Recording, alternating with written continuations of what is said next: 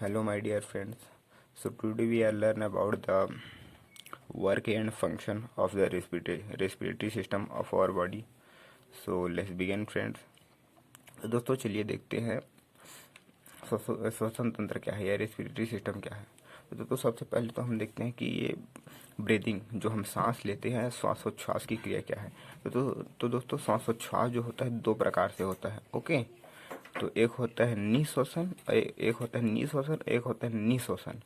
तो निःश्वसन को बोलते हैं इंस्पिरेशन और निःश्वसन को बोलते हैं एक्सपिरेशन। तो इसमें जो होता है दोस्तों सांस अंदर लेते हैं निःश्वसन में, और निःश्वसन जो होता है ये एक्सपिरेशन होता है, उसमें हम सांस बाहर छोड़ते हैं। ओके, लेंगे तो निःश्वसन या इंस्पिरेशन और छोड़ेंगे तो निःश्वसन या एक्सपिरेशन। ओके दोस्तों, तो दोस्तों आप सबको पता होगा कि अगर हम वातावरण में हवा के साथ 78% जो होता है नाइट्रोजन होता है। ओके, और 21% ऑक्सीजन होता है और कार्बन डाइऑक्साइड 0.03% होता है। तो दोस्तों यदि हम ऑक्सीजन लेंगे तो ये भी तो हवा में मिली है ना, नाइट्रोजन मिला है, कार्बन डाइऑक्साइड मिला है। तो अगर हम ऑक्सीजन के साथ लेंगे हवा में तो ये सब मिले हैं, तो ये भी तो हमारे शरीर में जाएंगे ना। ओके दोस्तों, तो ये भी हमारे शरीर में जाते हैं।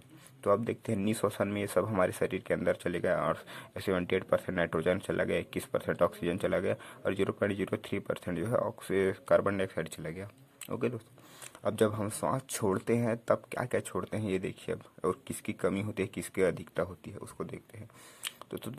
तो दोस्तों अगर हम सांस छोड़ते हैं तो जो नाइट्रोजन होता है वो एज इट इज जो कंडीशन में आया रहता है 78%, वो बाहर हो जाता है 78%, उसका हम उपयोग नहीं करते ज़रा सा भी। और दोस्तों जो ऑक्सीजन होता है हम उसी का उपयोग करते हैं। ओके, तो जो हम 21% जो ऑक्सीजन लिए रहते हैं तो उसमें का जो 4% जो ऑक्सीजन होता है ना उसको हम अपने उपयोग के लिए रख लेते हैं, या ऑक्सीजन के मतलब ऑक्सीकरण के लिए रख लेते हैं। ओके, अपने कार्य के लिए। ओके, तो वही अगर ये 21% था तो यहाँ पर अपन 4% रखेंगे तो कितना हो गया, 17% हो गया।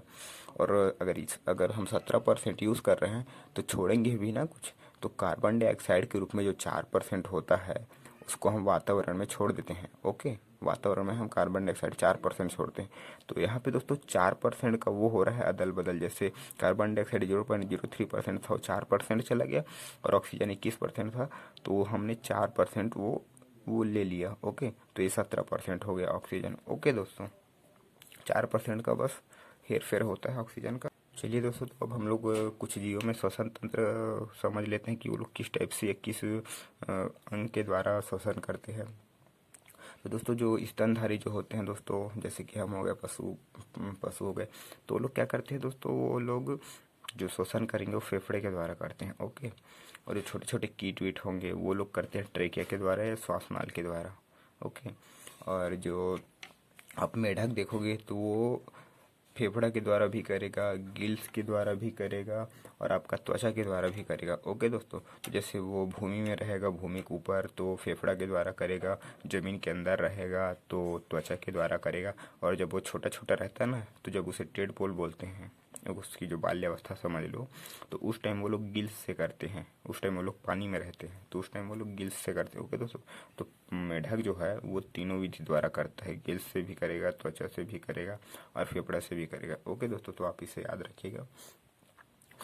तो चलिए अब हम लोग समझते हैं कि श्वास जब हम लेते हैं तो उसका जो मार्ग होता है वो किस किस मार्ग से गुजरता है उसको हम लोग देखते हैं। ओके दोस्तों, तो सबसे पहले आता है दोस्तों नासा छिद्र। नासा छिद्र जो होता है जहाँ से हमारा जो नाक छेद जो होता है, जहाँ से सीधा अंदर जाता है। ओके दोस्तों, जो नाक का छिद्र होता है, ओके, वो जो दिखता है हमको नाक का छिद्र, उसको बोलते हैं नासा छिद्र। ओके दोस्तों तो जो नासा छिद्र होता है दोस्तों, नासा छिद्र के पास जो उसके बाद जो नासा का पार्ट आता है दोस्तों, तो नासा छिद्र के जस्ट ऊपर जो होता है दोस्तों, जो हार्ड पार्ट होता है ना, जो हड्डी जैसा होता है, हड्डी है वो, और उसके सामने जो कार्टिलेज होता है जो मूवेबल होता है। ओके दोस्तों, तो ऊपर जस्ट हड्डी होता है वो, तो उस वाले जो पार्ट को बोलते हैं दोस्तों नासा का पार्ट बोला जाता है। ओके दोस्तों, नासा का पार्ट। तो दोस्तों ये नासा का पार्ट में दोस्तों हमारा जो सेफ्टी जो एक द्रव भरा होता है जिसको बोलते हैं म्यूकस। तो ये जो म्यूकस होता है दोस्तों, जब हम सांस लेते हैं तो बहुत सारे धूल कण भी होते हैं, तो जो बड़ा बड़ा धूल कण है उसको तो हमारा जो नाक का बाल रोक लेगा, लेकिन जो छोटा रहेगा वो तो फेफड़े में चला जाएगा, दिक्कत होगी ना। तो वो क्या करता है, जो छोटा छोटा धूल कण होता है ना उसको म्यूकस में चिपका लेता है, और म्यूकस में चिपकाने के बाद 4 दिन 5 दिन या हफ्ते भर बाद हमारे नाक से जो गंदगी निकलती है ना, जो हम निकालते हैं, तो वही धूल के गढ़ होते हैं जो म्यूकस के द्वारा बाहर निकले जाते हैं। तो दोस्तों, अगर कितनी भी खूबसूरत भी लड़की होगी ना, वो एक गाना नहीं है, तेरे चेहरे से नज़र नहीं हटती नज़ारे हम क्या देखें वाला, तो उस टाइप की भी अगर लड़की होगी ना, या उस टाइप का लड़का भी होगा ना, कितना भी खूबसूरत, तो उसके नाक में भी म्यूकस होगा ही होगा। ओके दोस्तों, तो ये तो है। और उसके बाद देखते हैं दोस्तों, ये जो तीसरा जो है ग्रसनी, उसको बोलते हैं फेरिंग्स इंग्लिश में, ग्रसनी। उसके बाद आता है स्वर तंत्र या फेरिंग्स। ओके दोस्तों, सॉरी लैरिंग्स। ये ग्रसनी, फेरिंग्स, ये लैरिंग्स। ओके दोस्तों, उसके बाद आता है श्वास नाल में। ये सब जो है दोस्तों मार्ग है श्वसन, मतलब वायु के आने का फेफड़े में। ओके दोस्तों, उसके बाद आता है श्वास नाल। उसके बाद आता है आपका ब्रोकाई। उसके बाद आता है ब्रोक्यूल। उसके बाद आता है दोस्तों एल्वियोली। चलिए दोस्तों, तो अब जो श्वसन जो है उसको हम डायग्राम से समझते हैं कि श्वसन किस टाइप से होता है और किस किस अंगों से होकर ये जाता है। ओके दोस्तों, मैंने तो आपको पहले ही बता दिया था कि इसके जो मार्ग हैं वो क्या है, आप इसे याद कर लीजिएगा, बहुत आसान है। तो चलिए अब देखते हैं। जैसे श्वसन यहाँ से हो, मुख सॉरी नासा छिद्र, उसके बाद नासा का पार्ट, उसके बाद ये जो पार्ट होता है दोस्तों ट्रेकिया होता है। ओके, ट्रेकिया होता है। ट्रेकिया दोस्तों ये ज़्यादा लचीला नहीं होता, ये थोड़ा हार्ड टाइप का होता है, हार्ड होता है। ओके दोस्तों, ट्रेकिया जो होता है वो। उसके बाद ये आगे आके 2 भागों में बढ़ जाता है। ओके, आगे जब 2 भागों में बढ़ता है दोस्तों, उसको बोलते हैं ब्रोकाइल। ये जो ब्रांच बोलते हैं ना, ब्रांच बढ़ना, ब्रांच होता है ना, तो ऐसी ये ब्रोकाइल है। ओके दोस्तों, उसके बाद जस्ट ये आगे आएगा, तो जस्ट आगे आएगा तो सामने जो होता है, जो ऐसे और छोटे छोटे ब्रांच बटे हैं, तो ये वाला जो आपको दिख रहा है रचना, उसको बोलते हैं ब्रोक्यूल। ओके दोस्तों, ब्रोक्यूल बोलते हैं, ब्रोक्यूल्स। ओके, अब उसके बाद जो ये सामने जो धागे जैसी रचना होती है दोस्तों, धागे जैसी, उसको बोलते हैं एल्वियोली। ओके, उसको बोलते हैं एल्वियोली। ओके, तो जब हम श्वसन करते हैं ना दोस्तों, तो जब सांस जो है वो यहाँ तक आती है फेफड़े के द्वारा, उसके बाद ये होते हुए यहाँ से होते हुए एल्वियोली में जाती है। तो दोस्तों जो ये एल्वियोली होती है वो धागेनुमा संरचना होती है दोस्तों। तो ऑक्सीजन जो होता है दोस्तों यहीं पे रहता है गुच्छे में, इस गुच्छे में ऑक्सीजन रहता है। तो जब हमारा जो बॉडी से जो CO2 जो ब्लड के थ्रू यहाँ पे आता है फेफड़े में ऑक्सीजन लेने के लिए, तो यहाँ पे कार्बन डाइऑक्साइड को छोड़ता है, और जब यहाँ पे जो ये टकराता है ना यहाँ तो वहाँ से ऑक्सीजन को ले लेता है और कार्बन डाइऑक्साइड को रिलीज कर देता है। ओके, तो ऑक्सीजन को लेने के बाद उसमें तो ब्लड में तो ऑक्सीजन चला गया, उसके बाद ये फिर रिटर्न हो जाता है बॉडी के लिए, ऑक्सीजन उसको मिल गया तो। ओके दोस्तों, तो फिर पूरे बॉडी में चला जाता है, तो यहाँ से फिर वो आपकी कोशिका में जाएगा, कोशिका के द्वारा आपकी माइटोकॉन्ड्रिया में जाएगा, माइटोकॉन्ड्रिया से आपको क्रैब चक्र बनेगा, क्रैब चक्र के द्वारा आपका ATP बनेगा, 38 ATP, 38 ATP से जो आपका एक ग्लूकोज बनता है, ग्लूकोज से आपको एनर्जी मिलती है। ओके दोस्तों, जब मैं आपको सेल चैप्टर बताऊँगा तो मैं आपको इसको डिटेलली बता दूंगा दोस्तों। तो दोस्तों जो हमारा श्वसन जो होता है ना दोस्तों, उसमें क्या है, मुख्य जो भूमिका जो निभाता है ना आपका, ये डायफ्राम निभाता है। ओके दोस्तों, डायफ्राम जो है मुख्य भूमिका निभाता है। जब हम सांस लेते हैं तो ये नीचे दब जाता है। ओके, तो हवा जो है अंदर भर जाती, और जब हम सांस छोड़ते हैं ना तो ये ऐसे ऊपर उड़ जाता है, जिससे सांस बाहर हो जाता है। ओके दोस्तों जिस तरह शादी ब्याह में ना दोस्तों, जिस तरह शादी ब्याह में एक जीजा का जो काम होता है ना, जीजा सबसे मुख्य होता है, उसी को सबका उस पूछ पर जो होता है उसी का होता है, उसके बिना कुछ काम नहीं होता ना जीजा का।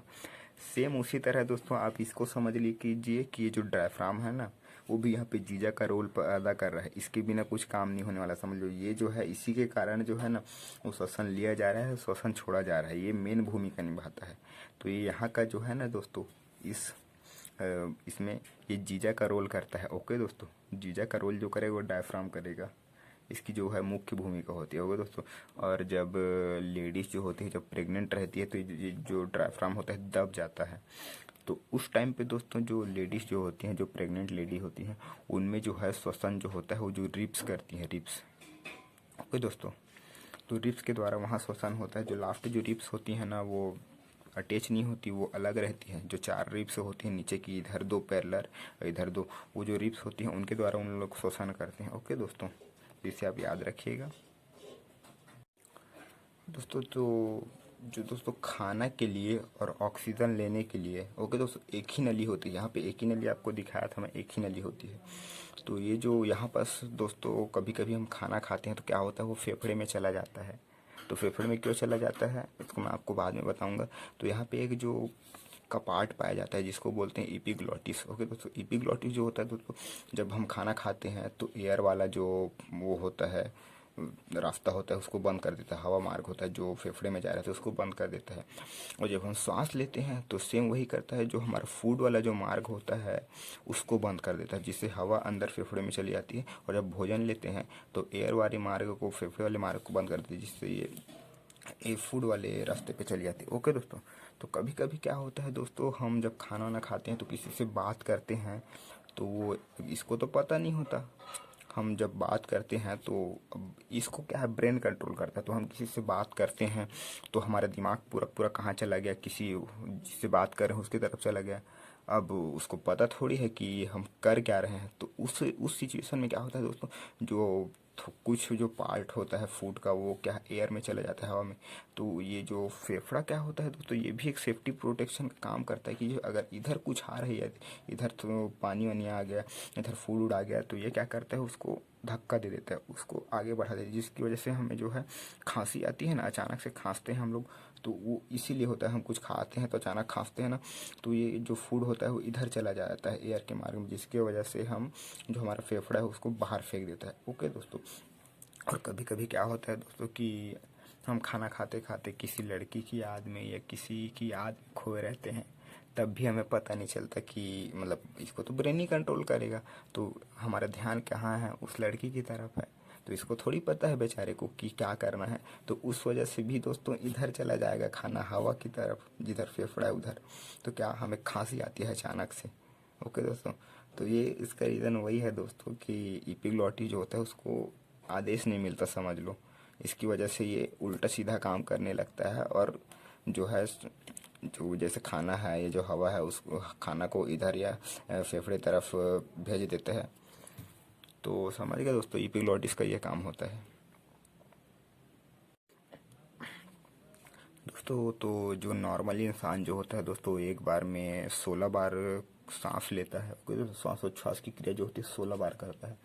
और जो जब हम सो रहते हैं दोस्तों तो यही 1 मिनट में हम 12 बार लेते हैं। तो 12 बार इसलिए लेते हैं जब दोस्तों कि जब हम सो रहते हैं तो हम लंबी लंबी सांस लेते हैं। ओके, जब हम सोते हैं तो लंबी लंबी सांस लेते हैं, जिसकी वजह से ये जो 12 बार हो जाता है। और जो बच्चे लोग जो होते हैं दोस्तों 20 से 25 बार सांस लेते हैं। ओके दोस्तों, बच्चे में क्या है दोस्तों, छोटा सा तो फेफड़ा रहता है, तो 20 से 25 बार वो लोग सांस लेते हैं अपना ऑक्सीजन की सप्लाई को पूरा करने के लिए। ओके दोस्तों, तो आप इसे याद रखिएगा। दोस्तों जो हमारा जो ब्लड में जो हीमोग्लोबिन जो होता है ना दोस्तों, उसकी भी एक दिक्कत है दोस्तों, उसकी भी एक परेशानी है। तो दोस्तों वो क्या होता है, वो जो ऑक्सीजन जो होता है O2 से ज़्यादा वो कार्बन मोनोऑक्साइड या ऑक्सीजन से ज़्यादा कार्बन मोनोऑक्साइड से क्रिया करता है। ओके दोस्तों, तो जैसे कि आप समझ लो कि ये गर्लफ्रेंड है, तो ये गर्लफ्रेंड अपने बॉयफ्रेंड से अगर अपनी सहेली को मिलवा देगा, अगर ये सी उसकी सहेली है तो उसको मिलवा देगा, तो ये जो लड़का है ना, इसको छोड़ के इसके ऊपर ज़्यादा वो हो जाएगा। ओके, इसका और इसका टाँका भिड़ जाएगा, इसके बॉयफ्रेंड और उसकी सहेली का टाँका भिड़ जाएगा। तो ये गलती वही करती है अपने सहेली को मिलवा के। ओके दोस्तों, तो वही है, अगर ये HB है, ये हीमोग्लोबिन है, तो ये क्या करेगा दोस्तों, इससे ज़्यादा क्रिया करता है, कार्बन मोनोऑक्साइड से ज़्यादा क्रिया करता है। तो जैसे दोस्तों हम जब धुएं धुए हुए एरिया में जाते हैं, या कभी कभी आप सुने भी होंगे न्यूज़ में कि धुएं की वजह से कई लोग की मृत्यु हो जाती है। तो उसका रीज़न ये है कि वो ऑक्सीजन को छोड़ के कार्बन मोनोऑक्साइड को पूरे शरीर में ले जाने लगता है। तो कार्बन मोनोऑक्साइड को पूरे शरीर में ले जाएगा तो क्या होगा, ऑक्सीजन तो हमें तो ऑक्सीजन मिल ही नहीं रही है ना।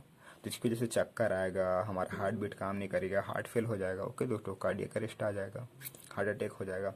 तो इसका रीज़न ये है दोस्तों कि ये हमारे शरीर की जो हीमोग्लोबिन होती है ना, वो अपनी गर्लफ्रेंड को छोड़ के या ऑक्सीजन को छोड़ के उसी सहेली को या कार्बन मोनोऑक्साइड को लेके भागने लगता है, जिसकी वजह से हम मर भी सकते हैं। तो दिक्कत हो जाएगी दोस्तों, अगर आप अपनी गर्लफ्रेंड को छोड़ के उसकी सहेली को लेके भागोगे तो आप देख लो ये चीज़। तो ये इसमें भी यही होता है दोस्तों, हीमोग्लोबिन जो होता है वो ऑक्सीजन से भी ज़्यादा जो होता है कार्बन मोनोऑक्साइड से क्रिया करता है। तो इसकी ये एक माइनस पॉइंट है दोस्तों। तो आप इसे भी याद रखिएगा, कभी कभी कॉम्पिटिटिव एग्जाम में पूछ देता है ये भी। तो दोस्तों ये वीडियो आपको पसंद आई होगी तो वीडियो को लाइक करें, शेयर करें, कमेंट करें या मेरे चैनल को सब्सक्राइब करें और मेरी जो पुरानी वीडियो हैं उनको भी आप जाके देखें। ओके दोस्तों।